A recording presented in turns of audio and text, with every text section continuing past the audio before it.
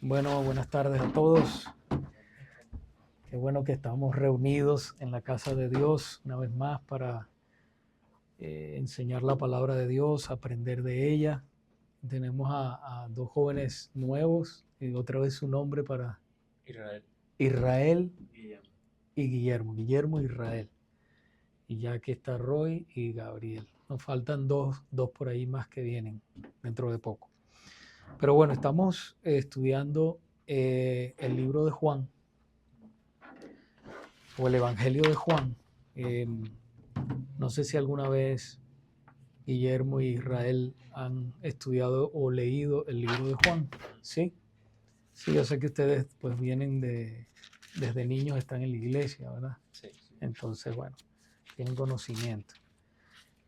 Nosotros empezamos, así que no se han perdido mucho, porque empezamos la semana pasada a hablar del Evangelio de Juan.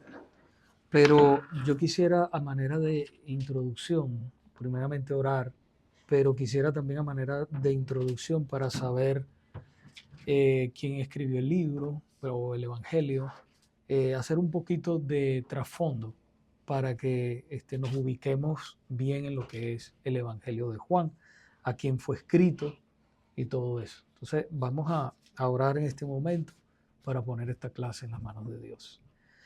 Padre, venimos delante de tu presencia una vez más, dándote gracias por la oportunidad que nos das de reunirnos delante de ti para aprender tu palabra. Te pido, Señor, que tu Santo Espíritu toque la vida de los jóvenes, la mía, para que podamos, Señor, crecer en el conocimiento tuyo, ser fortalecidos y caminar, Señor, conforme a tu palabra. Que tú hagas tu obra, que tú obres de una manera especial y que salgamos de aquí, Señor, fortalecidos, no igual. Transfórmanos, úsame una vez más, en el nombre de Jesús. Amén. Nosotros comenzamos a leer desde el capítulo 1, pero como les dije, a manera de introducción, esta Biblia, no sé si la tuya, Roy, trae, pero esta Biblia trae como una introducción a cada libro. No sé si la tuya lo trae, ¿no? No lo trae. Algunas Biblias lo traen. Y me parece que es muy bueno cuando uno comienza a leer alguna carta o el Evangelio o algún libro también del Antiguo Testamento, que haya una introducción para que uno sepa en qué uno se va a ubicar y de qué uno va a leer. O sea, igual que cuando uno lee un libro, por ejemplo, ustedes los libros de la escuela, pues ustedes no empiezan así por la mitad a leer el libro, siempre empiezan por la introducción, el prefacio, ¿verdad? El índice para saber todo lo que el libro va a hablar. Entonces, yo quisiera leer aquí esta parte donde dice, Mili, no lo cierres porque si por ejemplo viene Darwin y Cindy, deben estar por ahí por llegar, entonces para que entren aquí. Entonces dice, más del 90% de la información del Evangelio de Juan no aparece en ninguno de los otros evangelios. Ustedes saben que hay otros evangelios, ¿verdad? ¿Cuáles son? Mateo, Marcos y Lucas. Marcos y Lucas. Muy bien. Exactamente. Entonces, eh, muy probablemente fue el último en escribirse el Evangelio de Juan. Juan era uno de los 3 apóstoles del círculo más íntimo de Jesús, dado que en su tiempo la iglesia se había extendido a muchos lugares del mundo grecorromano. Juan les explica a sus lectores las costumbres judías y la geografía de Israel. Él mismo nos dice que escribió su libro para que creamos en Jesús, que Jesús es el Cristo, el Hijo de Dios, y para que al creer en su nombre tengamos vida. Entonces, desde el principio de su escrito, Juan enfatiza la deidad de Jesús. ¿Qué significa deidad? La deidad de un objeto donde uno deposita su fe. Objeto o persona. Muy bien, en este caso, Dios. Dios. Y quiere que sepamos que creer en Él y conocerlo es creerle a Dios y conocerlo. Su énfasis está en creer que Jesús es quien dice ser. O sea, de Juan, ¿no? el evangelista, que sus obras prueban su declaración y que solo al creerle y obedecerle podemos obtener verdadera vida, la vida eterna. Entonces, el autor de este libro o de este evangelio fue Juan y lo escribió más o menos alrededor, ¿sabe más o menos la fecha? De entre el 70 y el 100 después de Cristo. Y entonces los temas que tiene pues la deidad de Jesús, los temas principales, y conocer y creer. Entonces, cuando nosotros comenzamos la semana pasada, leímos desde el capítulo 1, versículo 1 al 18. Y entonces nos decía que, ¿qué versión tienen ustedes? Reina Valera. Del 60. Sí. Ok. Tú también, ¿verdad? Ok. Cuando dice en el principio era el verbo, solamente para recapitular un poquito de lo que estábamos hablando la semana pasada. Entonces, el verbo es ¿quién? Cuando dice en el principio era el verbo y el verbo era con Dios y el verbo era Dios, ¿de quién está hablando? ¿Quién es el verbo? Jesús. Muy bien, Jesús. Entonces, ¿cómo sabemos que Jesús, y no me estoy saliendo de aquí, cómo sabemos nosotros que Jesús realmente era Dios?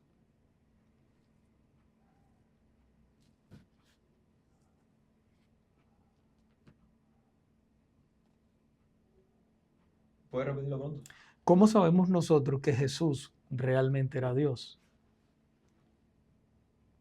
Bueno, por lo que dice Juan al principio, ¿no? ¿Qué dice? Que dice que en el principio era el verbo y el verbo era con Dios y el verbo era Dios. Y el verbo era Dios, muy El bien. verbo era Dios. Pero fíjense, si ustedes van al 18, vamos al versículo 18 del mismo capítulo 1.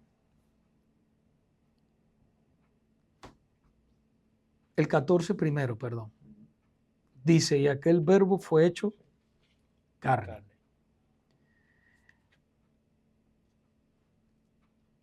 Perdón, me perdí por un Sí, momento. y el Ajá, verbo y fue habitó hecho. entre nosotros y vimos su gloria. Gloria como del unigénito del Padre, lleno de gracia y de verdad. Entonces aquí podemos ver que ese verbo fue hecho carne. Pero dice en el 1 que ya leímos, dice que en el principio era el verbo, o sea, él estaba en el principio. Y dice que ese verbo era con Dios, pero también dice, y el verbo era Dios. Entonces, para la mente humana, porque esa era la pregunta que tenían algunos la semana pasada, para la mente humana es como, si pensamos en términos naturales, ¿verdad? ¿Cómo es que tu hijo es Dios? Si tú eres el papá, si pensamos en términos naturales. ¿Cómo es eso? ¿Cómo se puede entender eso? Esa era la pregunta que hacían ellos. ¿Qué ustedes me pueden decir? No tiene explicación terrenal. No tiene explicación terrenal, correcto. Es porque si nosotros creemos que las Sagradas Escrituras es la palabra de Dios, pues ellas mismas se explican. Las mismas Sagradas Escrituras se explican. Si leemos, por ejemplo, el 18, ¿verdad? El versículo 18, a Dios nadie le vio jamás. El unigénito Hijo que está en el seno del Padre, Él le ha dado a conocer. Ahí está. O sea, Dios nadie lo... Porque Dios es espíritu. Dios es espíritu. Pero ¿cómo nosotros hemos podido conocer a Dios? Porque se encarnó A través de su hijo. a través de su Hijo. A través de su hijo, que es Dios. Que es Dios. ¿Ves? Entonces no nos olvidemos también del Espíritu Santo. Ahí lo vamos a ver ahorita porque lo vamos a leer un poquito más adelante. ¿Alguna pregunta hasta aquí o comentario? Guillermo está callado. Está pensando. Bueno, seguimos leyendo. Entonces, eso era, nosotros leímos del 1 al 18 la semana pasada. Ahora vamos a continuar con el 19. Y entonces, no sé si en las Biblias de ustedes tengo un subtítulo que dice Testimonio de Juan el Bautista. Entonces dice, este es el testimonio de Juan cuando los judíos enviaron de Jerusalén sacerdotes y levitas para que le preguntase, ¿tú quién eres?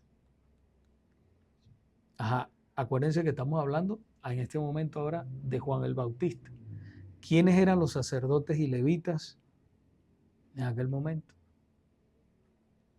Era como las autoridades, ¿no? los encargados de Los enseñar al encargados de pueblo, enseñar al pueblo. correcto.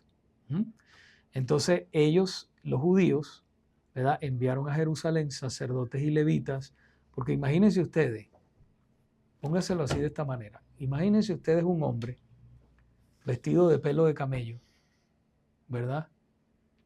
Él vivía en los montes y de repente él empieza a gritar, ¿verdad?, llamando a la gente, arrepiéntanse, porque el reino de los cielos se ha acercado, arrepiéntanse. Él estaba preparando el camino. Pero imagínense, llamó la atención a todo el mundo, porque Juan el Bautista, él era un hombre de Dios, pero no vivía comúnmente como vivimos nosotros aquí, en esta sociedad, no. Él vivía aparte, estaba apartado. Dice que la comida de él era miel, langostas y miel silvestre. Eso era lo que él comía. Entonces, imagínense esa foto así, de esa manera. Entonces, él dice aquí, confesó y no negó, sino confesó, yo no soy el Cristo. ¿Por qué? Porque el pueblo de Israel, ellos estaban esperando al Cristo. ¿Ok? Pero hay una cosa que es muy importante que nosotros recordemos, que ellos no estaban esperando, ellos habían, o mejor dicho, los líderes habían malinterpretado las escrituras en ese momento. Acuérdense, el contexto es, el pueblo de Israel, ellos eran en ese momento, por decirlo, esclavos del gobierno romano. O sea, los romanos tenían el control de la tierra de Israel y ellos estaban bajo ellos. Entonces, ellos estaban esperando al Mesías prometido, o sea, al Cristo, y el pensamiento de ellos era que Él los iba a libertar. Él los iba a libertar del yugo de esclavitud que ellos estaban con los romanos. Imagínense, los romanos eran crueles, les cobraban impuestos de más, los maltrataban muchas veces, muchos de ellos estaban en la pobreza. Entonces ellos querían ser libres de esa esclavitud y ese sufrimiento que tenían. Bueno, hoy en día, imagínense los países comunistas, donde tienen esos dictadores que oprimen al pueblo y el pueblo se siente así, que ellos están anhelando un líder que los liberte, ¿verdad? Una persona que tome el puesto de este dictador que está ahí oprimiendo al pueblo. Bueno, ellos se sentían así, de esa manera. Entonces, cuando ellos estaban a la expectativa, entonces ellos dijeron, Juan tal vez sea el Cristo. Entonces, por eso él le dice aquí, yo no soy el Cristo. Aquí en el 20, yo no soy el Cristo. Y le preguntaron, ¿qué pues? ¿Eres tú Elías? ¿Se acuerdan de quién era Elías? Un profeta. Profeta poderoso de Dios, ¿verdad? Dios usó en el pasado. Dijo, no soy. ¿Eres tú el profeta? Y respondió, no. Aunque sí, él sí era un profeta. Juan el Bautista era un profeta. Pero él estaba diciendo que él no era el profeta, ese profeta, que ellos estaban pensando que él era. Entonces le dijeron, pues ¿quién eres? Para que demos respuesta a los que nos enviaron. ¿Qué dices de ti mismo? Dijo, yo soy la voz de uno que clama en el desierto, enderezad el camino del Señor, como dijo el profeta Isaías. Fíjense lo que él los estaba llamando al arrepentimiento. Enderecen el camino. ¿Por qué? Porque habían perdido realmente el camino. Los estaba llamando al arrepentimiento. Dijo, yo soy la voz de uno que clama en el desierto, enderezad el camino del Señor, como dijo el profeta Isaías. Y los que habían sido enviados eran de los fariseos. ¿Quiénes eran los fariseos? Eran las autoridades.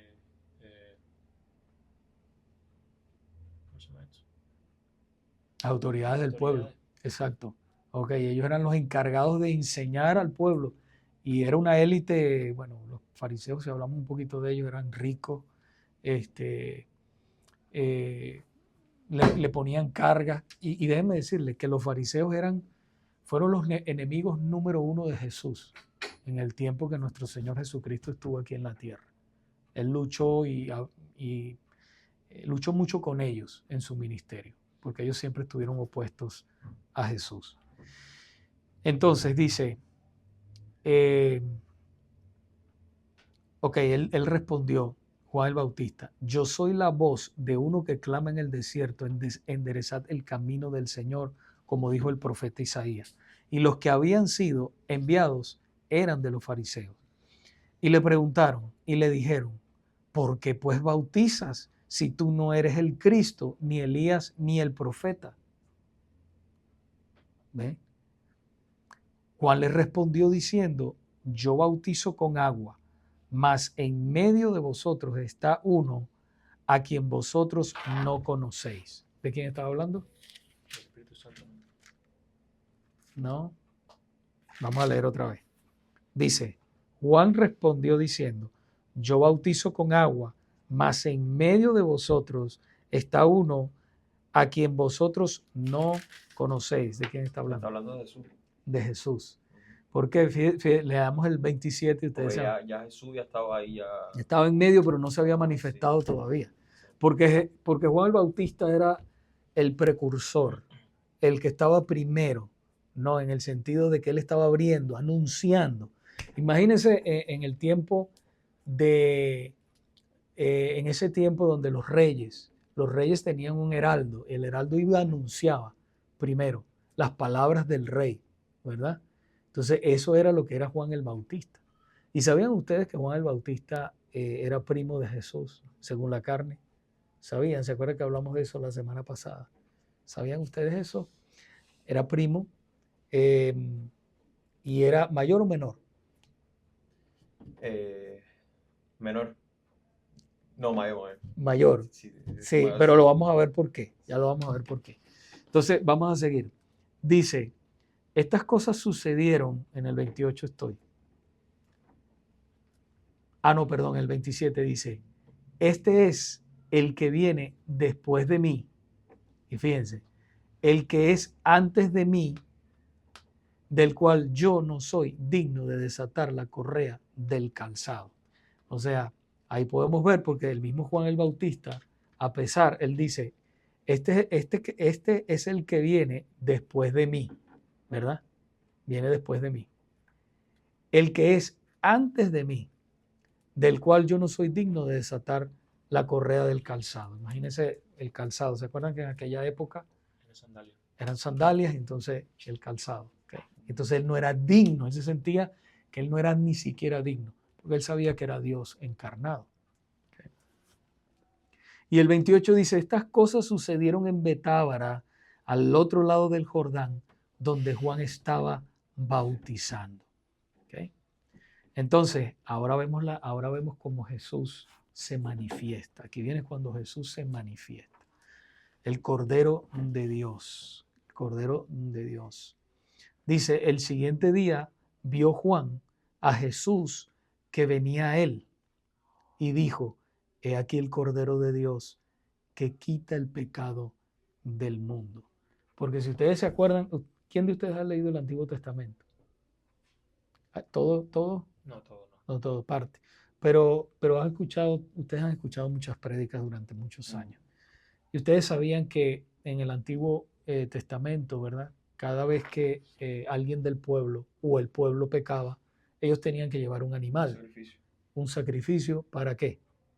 Para consumar como para borrar ese pecado. Para redimir sus pecados. Para redimir sus pecados, exactamente, o limpiar sus pecados. Pero ese animal que ellos llevaban, ese macho cabrío. No podía estar, tenía que ser limpio, ¿no? Exactamente, perfecto. Perfecto. O sea, no sí. te podía tener no podía defecto. Tener ni enfermedades, ni tenía que ser perfecto. Correcto. Y esa sangre, porque para el perdón de los pecados tiene que haber derramamiento de sangre, ¿verdad? Y ese derramamiento de sangre, ¿qué hacía? ¿Limpiaba totalmente el pecado? ¿Qué tú crees, Roy? No. No, ¿por qué? Porque no fue perfecta. Como es animal, no sé. No es perfecta, muy bien, correcto. Eso está correcto. Exactamente. El sacrificio de animales no era perfecto.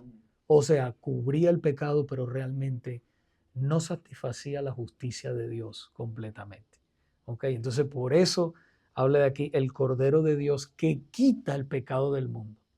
¿Ok? Porque una cosa es que vamos a suponer que yo, por decirlo, ilustrarlo de esta manera, yo coja un paño o un trapo y yo cubra ese celular, ¿verdad? Yo lo cubro, pero no lo he quitado, lo cubrí. Ya yo no lo puedo ver, pero está ahí, ¿verdad? Pero cuando hablamos de Jesús que quita el pecado del mundo, ¿verdad? Claro, por supuesto está. Que quita el pecado del mundo está hablando de la iglesia, claro, en un contexto, lo podemos estudiar en todo el contexto de la Biblia. Está hablando de su pueblo, de la iglesia, del que se arrepiente, del que cree en él realmente. Pero entonces, no es lo mismo que yo agarre aquí y yo quite este celular completo con paño o con trapo y todo. Ya yo lo quité. Era como una herida, le ponían una curita, pero él lo que hacía era limpiaba esa herida. Exactamente. Entonces, la sangre de Cristo, como era perfecto, ¿verdad? Como está diciendo Roy, que los animales no eran perfectos, pero Cristo es perfecto. La sangre de Cristo nos limpia de todo pecado porque es perfecta completamente. Ahí están llegando los muchachos. Aquí estamos. Adelante. Creo que están en aquel salón. Aquí Cindy. Lleven a Darwin acá, en el que nos reunimos la semana pasada. Es que él siempre que él viene, el bebé, tiene que ir primero a la iglesia y después que viene a la clase. Por algo el bebé tiene que hacer siempre eso. ¿Ah? Siéntame por acá para que se sienten. Ah, ok. Gracias. Buenas tardes. Buenas tardes, adelante. Aquí estábamos. Sí. Entonces, estábamos, Cindy. Vamos a esperar un momentico a Darwin.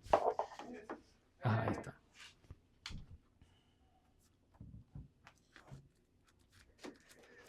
Ay, qué bueno que este salón sí tiene reloj. Ahí podemos ver. Me acabo de dar cuenta ahora.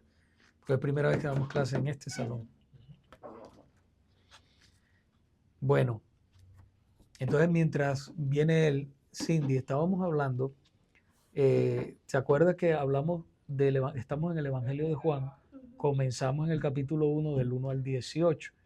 Entonces, ahí está Darwin. Pase, adelante, pase. No se preocupe. Ya la muchacha agarró a Said. ¿Ya? Sí. Ah, ok. Ajá, entonces, estaba diciéndole a Cindy que comenzamos la semana pasada. Sí, ahora sí puedes cerrar. Gracias.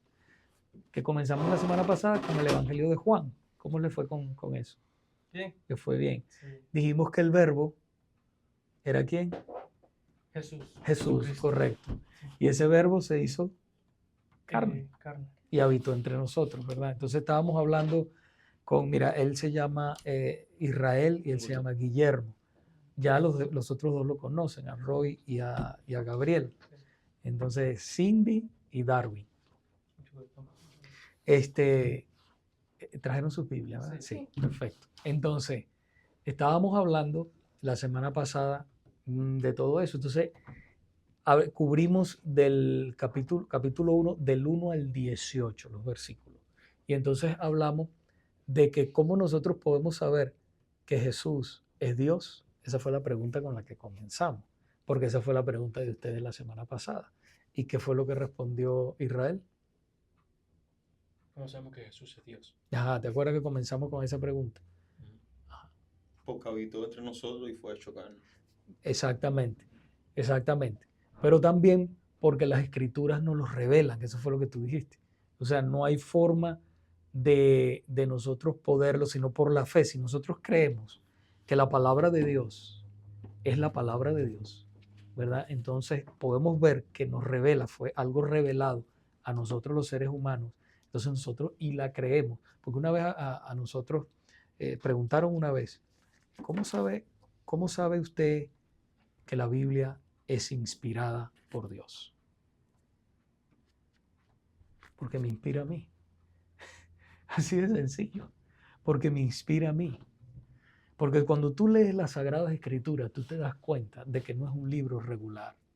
Hemos hablado de que las Sagradas Escrituras, cuando digo Sagradas Escrituras estoy hablando de la Biblia, fueron escritas por un periodo de 1400 años, alrededor de 1400 años, por hombres que no se conocieron, algunos de ellos no se conocieron y vivieron en diferentes épocas. Y entonces cuando las leemos nosotros podemos darnos cuenta cómo hay una unidad desde Génesis hasta Apocalipsis. Vemos toda la historia de la redención o de la salvación. Es Dios revelándose al ser humano. Y hablamos, ¿se acuerdan? Hablamos también un poquito de la revelación natural y la revelación especial. Hablamos que la revelación natural es todo lo que el ser humano puede ver, los árboles, los animales y todo eso. Pero ¿es esa revelación natural suficiente para conocer a Dios? No. Necesitamos la revelación especial, que es la palabra de Dios, porque ella nos habla de Dios, nos habla de lo que Él hizo, nos habla qué quiere, cómo Él quiere relacionarse con nosotros, cuál es nuestro destino eterno. Entonces necesitamos las Sagradas Escrituras. Entonces eso fue lo que cubrimos la semana pasada, básicamente. Entonces, también hablamos que la Biblia tiene ¿cuántos libros? 66. Muy bien, muy bien. 66. ¿Cuántos del Antiguo? Acuérdense que se divide en dos. Antiguo 29. Testamento y... 29. ¿Ah? 29. ¿De qué? Del Del... antiguo. No. Roy, tú ya sabes. ¿Te acuerdas? Tú sí sabes, Gabriel. Se te olvidó, ok, no importa, no importa. Aquí estamos, no se sientan mal, estamos para aprender. 39 Oh, 39. 39. del Antiguo Y 27 del nuevo. y 27 del Nuevo. Exactamente, exactamente. Entonces, el Nuevo Testamento interpreta el Antiguo Testamento. O sea, nosotros vivimos bajo el Nuevo Testamento. No es que el Antiguo Testamento no sea importante, es muy importante, es palabra de Dios, ¿ok? Pero la interpretación está en el Nuevo Testamento. Aquí es donde nosotros podemos ver todo el pacto, el nuevo pacto en el cual nosotros vivimos, pacto de gracia, donde nosotros estamos viviendo. ¿Qué es pacto de gracia? ¿Qué es gracia? Es ese favor inmerecido. Nosotros no nos merecíamos realmente nada, pero Dios en su amor se encarnó, que es lo que estamos viendo, ¿verdad? El verbo se hizo carne y habitó entre nosotros. Entonces ese verbo y ese amor se manifestó a nosotros. Entonces esa es la gracia poderosa de Dios. Okay. Entonces, nosotros después empezamos a leer, para ponerlo a ellos en contexto, en el versículo 19 de Juan capítulo 1, versículo 19. Y mientras usted lo busca, voy a ir a poner el aire muy rápido mientras ustedes buscan eso, porque está aquí un poquito caliente.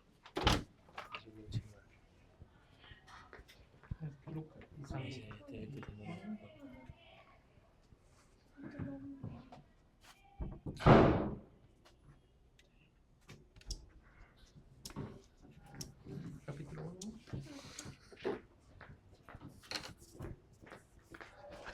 1.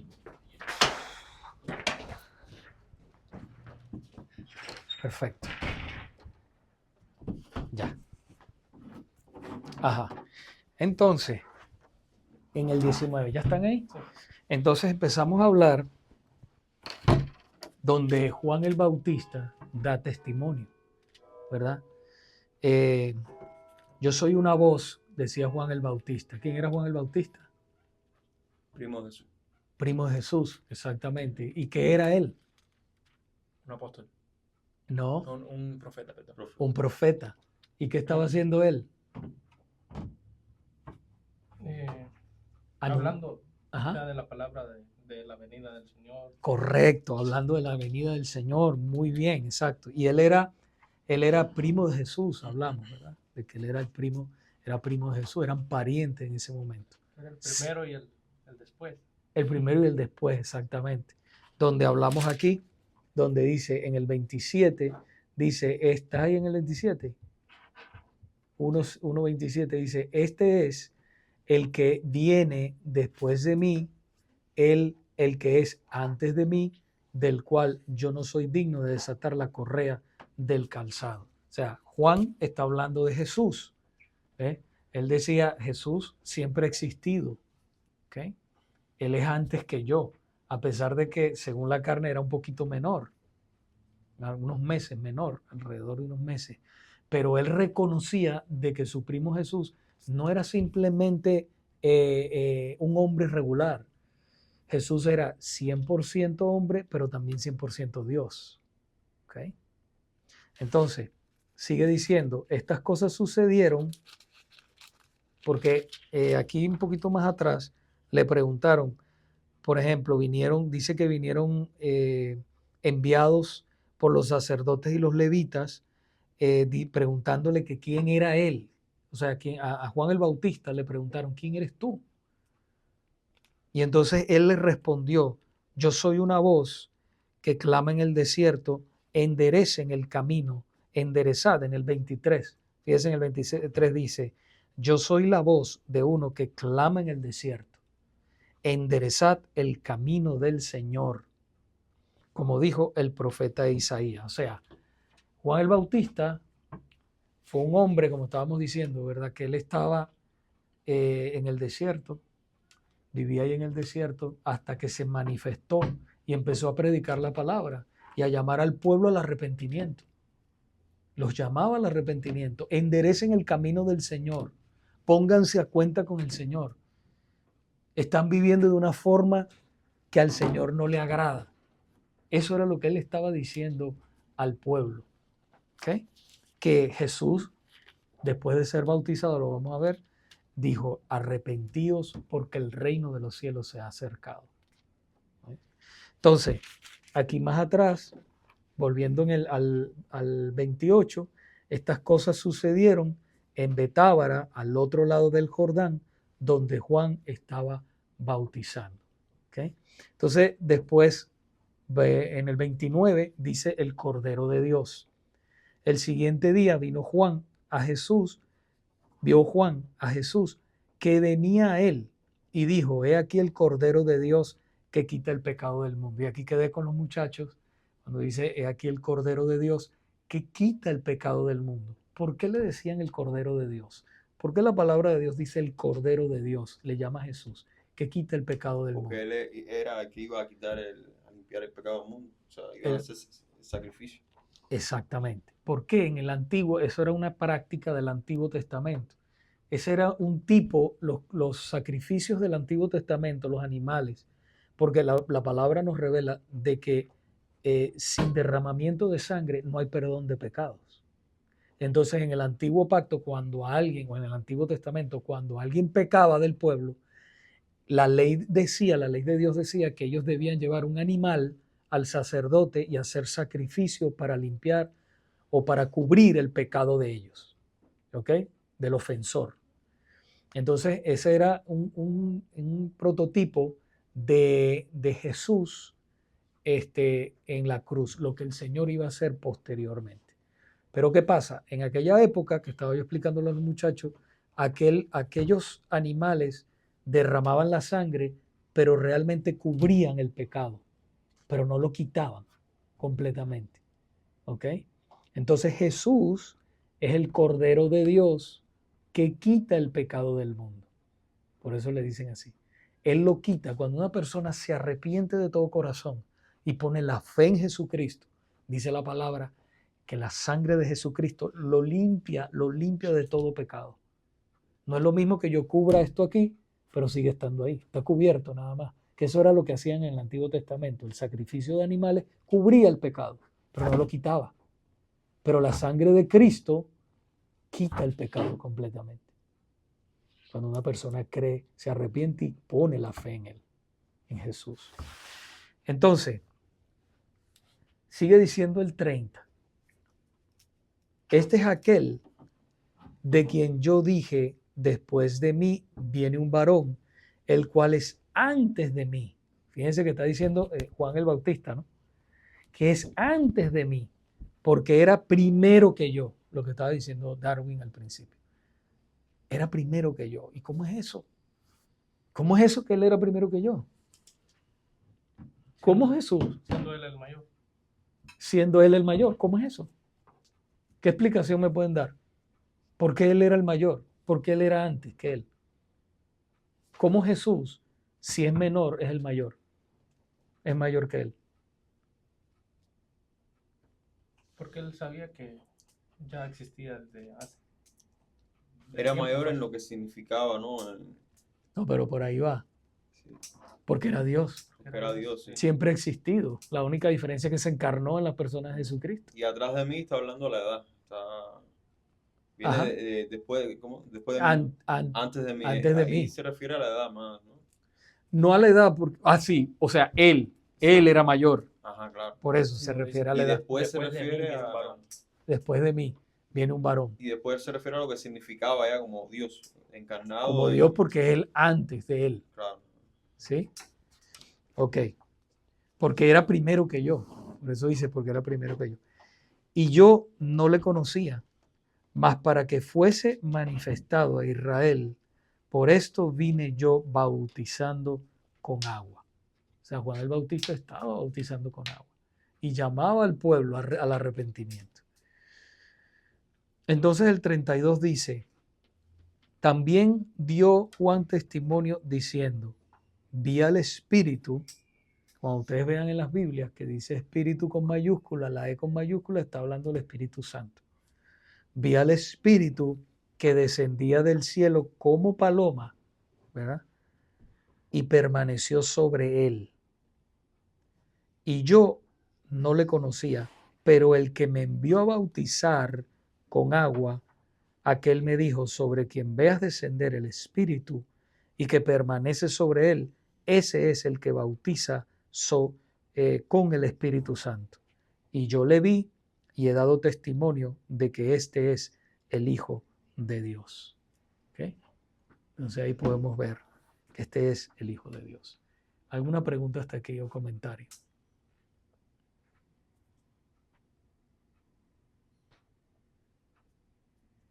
¿No? Sí. Ahí donde dice que descendía desde el cielo y se posaba en él, ¿se refiere a él o a los que él estaba bautizando? No, aquí dice, y yo no le conocía, ¿verdad? Pero el que me envió a bautizar, o sea, Dios, envió a bautizar a Juan el Bautista. El que me envió a bautizar con agua, aquel me dijo, sobre quien veas descender el Espíritu, ¿verdad? O sea, el Espíritu descendió en forma de paloma, ¿ok? Entonces, y permanece sobre él. Ese es el que bautiza con el Espíritu Santo. O sea, está hablando de Jesús. ¿Sí?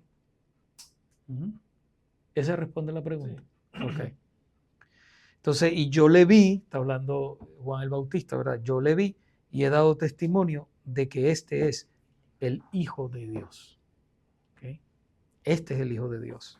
Entonces, pasamos ahora a lo que son, porque este capítulo es un poco largo, pero es muy enriquecedor. Miren, dice, el siguiente día otra vez estaba Juan y dos de sus discípulos. ¿En cuál capítulo? En el 35, versículo. Sí. Los capítulos son los grandes, los versículos son los chiquitos. Dice, el día siguiente otra vez estaba Juan y dos de sus discípulos. Y mirando a Jesús que andaba por allí, dijo, he aquí el Cordero de Dios. ¿Ves? Lo dijo, he aquí el Cordero de Dios, porque Jesús andaba por ahí. Ya él sabía que Jesús era el Cordero de Dios. He allí el Cordero de Dios, he aquí el Cordero de Dios. Le oyeron hablar los dos discípulos y siguieron a Jesús, o sea, los dos discípulos de Juan, y siguieron a Jesús. Y volviéndose Jesús y viendo que le seguían, les dijo, ¿qué buscáis? Jesús, ¿qué buscáis? Ellos le respondieron, Rabí, que traducido es maestro. ¿Dónde moras? Le dijo, venid y ved.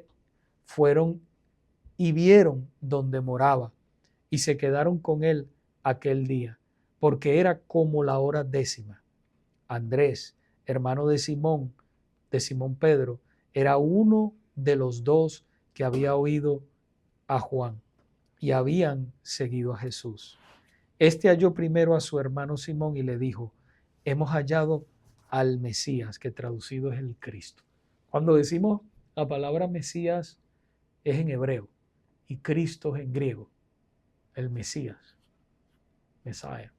Mesías, es en griego. ¿Por qué? Porque el Antiguo Testamento se escribió en hebreo originalmente, en hebreo, y el Nuevo Testamento se escribió en griego, ¿okay? Y partecitas en arameo, pero ese era el idioma común en aquella época donde vivía el Señor, cuando el Señor estaba aquí en la tierra.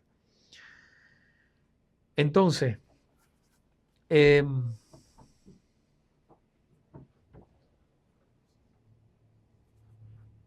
Ok, entonces dice el 42, ¿verdad? Y le trajo a Jesús, y mirándole Jesús dijo, tú eres Simón, hijo de Jonás, tú serás llamado Cefas, que quiere decir Pedro. Fíjense una cosa, si Jesús era Dios, por muchas razones, pero por ejemplo una aquí. El Señor, uno de los atributos de Dios, atributo significa característica, ¿verdad? Es que Él es omnisciente. Omnisciente es que Él todo lo sabe, todo lo ve antes de que las cosas sucedan. Les doy, por ejemplo, un ejemplo que lo vamos a ir viendo más adelante. Jesús sabía dónde Él iba a morir, cómo iba a morir, cuándo iba a resucitar. Todas esas cosas las sabía antes que le pasaran. Imagínense ustedes, antes que pasaran. Entonces, cuando entramos aquí a donde dice Jesús llama a Felipe, yo no sé si en la Biblia ustedes tienen eso, donde dice Felipe. Aquí una pregunta, ¿por qué en Dios, bueno, porque yo vi una serie también y lo he leído, le cambia así como el nombre original a las personas y Porque le da otro nombre? Porque cada nombre tiene un significado.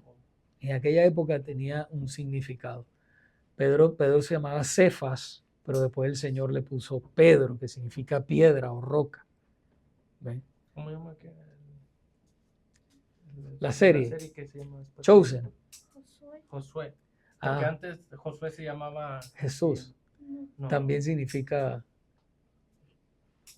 No sé, pero tenía pero tenía otro nombre y Jesús le dijo a Moisés que ya no iba a llamar otro, Sino que le pusiera Josué. Sí, siempre el Señor cambia, porque fíjate, por ejemplo, antes él se llamaba Abraham, cuando vamos al Antiguo Testamento, Abraham, y después Abraham. Jacob, él se llamaba Jacob primero, que fue el fundador de la nación de Israel, Jacob, pero después le puso el nombre que tiene, Israel. Y todo con un significado. Todos los nombres tienen un significado. En la Biblia todos los nombres tienen un significado. ¿Okay? Por ejemplo, Jesús tiene otros nombres en la Biblia también. Por ejemplo, Emmanuel. ¿Qué significa Emmanuel? Dios con nosotros. Dios con nosotros. ¿Ves? Entonces, cada nombre tiene un significado. Entonces, por eso es una de las razones que el Señor se los cambiaba. Entonces, aquí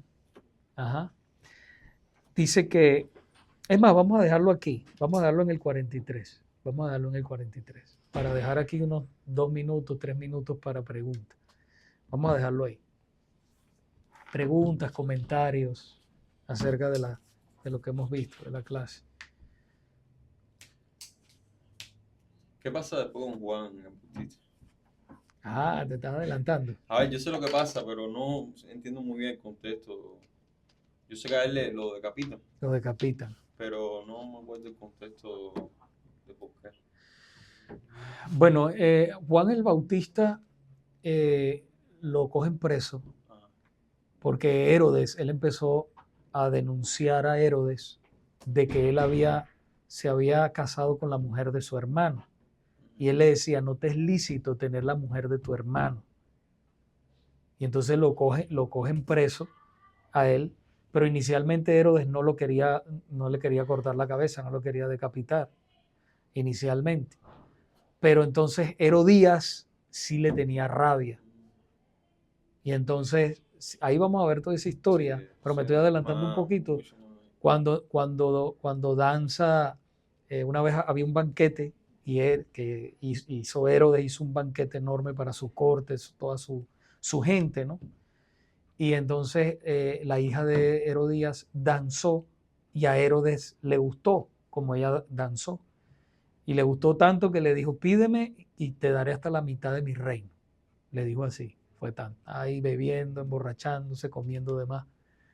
Y entonces la madre Herodías influenció a la muchacha y le dijo, pídele la cabeza de Juan el Bautista en un plato. Y entonces la muchacha fue al rey y le dijo, quiero que ahora mismo me des la cabeza de Juan el Bautista en un plato. Y entonces Herodes dice la palabra que se entristeció mucho, porque él le tenía respeto a Juan, le tenía temor, porque sabía que era un hombre de Dios. Pero a causa de su juramento, dice la palabra, no pudo hacer nada. Y entonces mandó a decapitar a Juan. Entonces, pero con todo eso, Dios tiene un propósito y Dios lo cumplió. Ese era lo que Dios tenía para Juan, su misión, y la cumplió hasta ahí. Hasta ahí la cumplió y murió y se fue al cielo con el Señor. Lo que pasa es que nosotros vemos muchas veces la muerte como una tragedia. Y hoy vamos a hablar de eso. Hoy vamos a hablar de eso en el sermón. Así que muy pendientes acerca de eso. Pero realmente del lado de nosotros vemos la muerte como una tragedia. Pero el que se va, que es cristiano, no lo ve así ya. Para él o para ella que mueren en Cristo, salvos por el Señor, es una bendición porque entran a la presencia del Señor en ese momento. Sufren aquí la muerte repentina. Pero ¿cuánto dura la muerte? Un instante, ¿verdad? Pero después estás en la presencia. El apóstol Pablo dijo, estar ausente del cuerpo es estar en la presencia del Señor. Entonces, nos adelantamos un poco, pero Juan el Bautista fue un hombre de Dios y Jesús también habló de él. Que nadie ha sido más grande que Juan el Bautista aquí en la tierra en cuanto a profeta poderoso de Dios. Pero dice que cualquiera en el reino de los cielos es más grande que él. También lo dijo Jesús. Entonces, pero volviendo al tema, como recapitulando antes de irnos, debemos ver cómo Dios tiene un plan con todo. El hecho de que ustedes estén aquí hoy es porque Dios los ha traído. Y Él tiene un plan. Uno dice, no, yo vine aquí por esto, yo vine aquí por... Eso es lo que nosotros vemos por fuera. Pero Dios está obrando en cada uno de nosotros de una manera. Y Él tiene su tiempo para todo. Entonces, cuando nosotros vemos la grandeza de Dios, de que Dios se haya hecho hombre en la persona de Jesucristo para venir y salvarnos, eso es un amor grande. Eso es un amor grande. Tú dieras la vida por pecadores que no se lo merecen. Tú la dieras en una cruz. Que te maltraten, que te escupan, que te humillen y que te torturen hasta la muerte. Y la muerte de cruz no fue cualquier muerte. Fue una muerte horrorosa. Si ustedes investigan bien cómo fue esa muerte. Y vienen y que Él venga y lo haga por ti, porque te ama. Incluso Jesús antes de morir, cuando Él lloró lágrimas de sangre, Él le pidió al Padre, quítame este trago amargo. Correcto. Él sabía lo que iba a le venía. Sí. Exacto, ese es otro de la omnisciencia del Señor. Él sabía lo que le venía encima. Tú ibas a hacer una pregunta.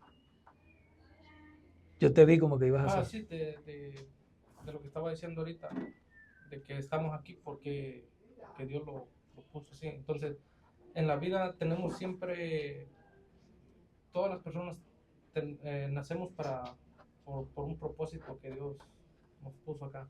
Sí. Toda persona tiene un propósito en esta vida.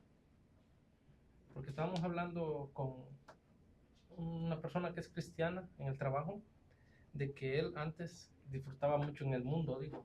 Entonces, y que ya que se cambió y que aceptó al Señor, muchas cosas se dan porque él ni sabe cómo, dice. Y entonces le preguntamos que por qué, bueno, los otros compañeros, que por qué hay personas malas, por qué esas personas son, cómo van a ser propósito de Dios que estén esas personas acá. Bueno, Dios no es el autor del mal, ni Él incita a nadie al mal.